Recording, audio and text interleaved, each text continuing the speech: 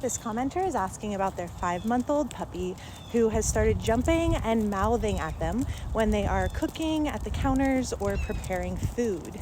They're asking if they should keep the puppy out of the kitchen until the puppy better learns to self-regulate.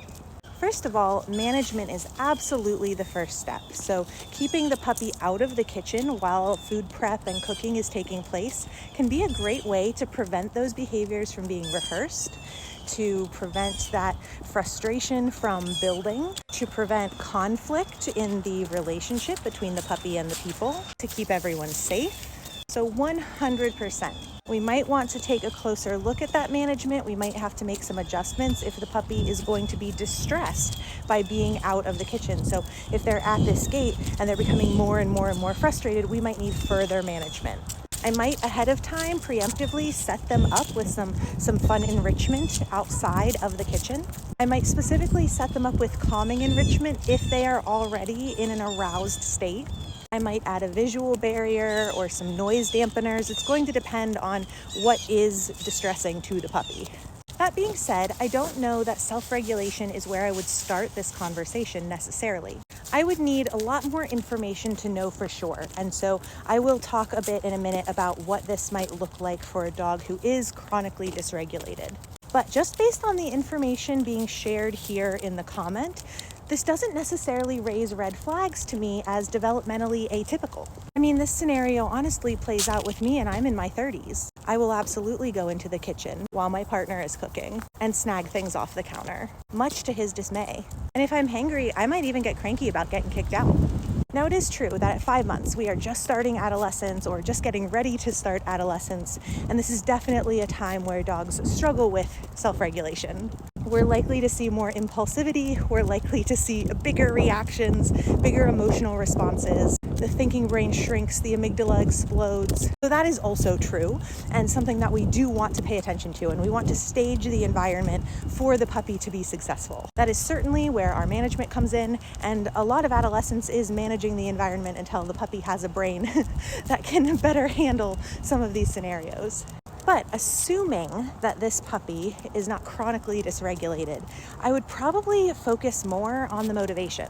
It makes sense that they want the food, especially if they're finally able to get up on the counters or get closer to the counter. So I might put that management into place, and maybe I give them that enrichment, and me cooking comes to predict that they're going to have a fun activity in the living room, and that might be more than enough. I would also make sure that at 5 months the puppy is eating at least 3 times a day, and that this isn't happening because they're hangry or worse because they're hangry. I would definitely feed them their meal before I was cooking or prepping my own. But I might focus on teaching them how they can access the thing that they want or something similar enough. So maybe another version is that bits of food that are safe for them to have appear in a snuffle mat on their bed on the other side of the kitchen while I'm cooking. The details are going to depend on the individual dog and what my goals are. But I might sort of focus on that motivation first and then self-regulation second. Self-regulation and impulse control are not the same thing. We can actually create a lot of frustration through impulse control work.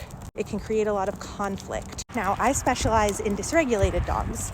And so if one of my clients were doing this, it would likely be in a scenario where we are seeing aggression around food, or we are seeing sort of a very intense sympathetic nervous system activation in a lot of contexts around food. And if we're looking at that chronic type of dysregulation, if we're looking at aggression, that might change things slightly. My management would still be the first step. My management might need to be more. These are the dogs who might really, really need to be totally visually, auditorily, physically separated from the cooking. It might need to happen earlier because they're going to go up that stress scale higher, faster. We might be taking a much broader look at holistic stress reduction. For that type of dog, self-regulation could be one of the key issues. It could be that anything that they mildly want ends up causing huge frustration very early on. And so that can certainly be the case too. It's going to look different. It's going to be a symptom of a much bigger issue versus a puppy who contextually is really excited about the food and frustrated when they can't access it. So part of the question here is this developmentally normal, typical behavior, or are we seeing an issue more broadly? Typically in those cases, we're seeing other behavior concerns: big sound sensitivity, stranger danger, issues regulating arousal in play with people or dogs, resource guarding, separation concerns. Aggression definitely would be a red flag, especially at this age, particularly if it was progressing to biting. And we certainly need to be able to distinguish between aggressive biting and shark puppies who use their mouths when they're frustrated. Both may be activating to our sympathetic nervous system, which can sometimes make it hard to tell. I always encourage folks to trust their gut there. I work with a lot of folks who will say, I knew something wasn't right when they were a puppy, but everyone just kept telling me, like, puppies are hard, this is normal. And it turns out what they were experiencing was not normal. So if it feels like something is not normal, not typical, if this feels like it goes beyond normal puppy stuff, reach out for support.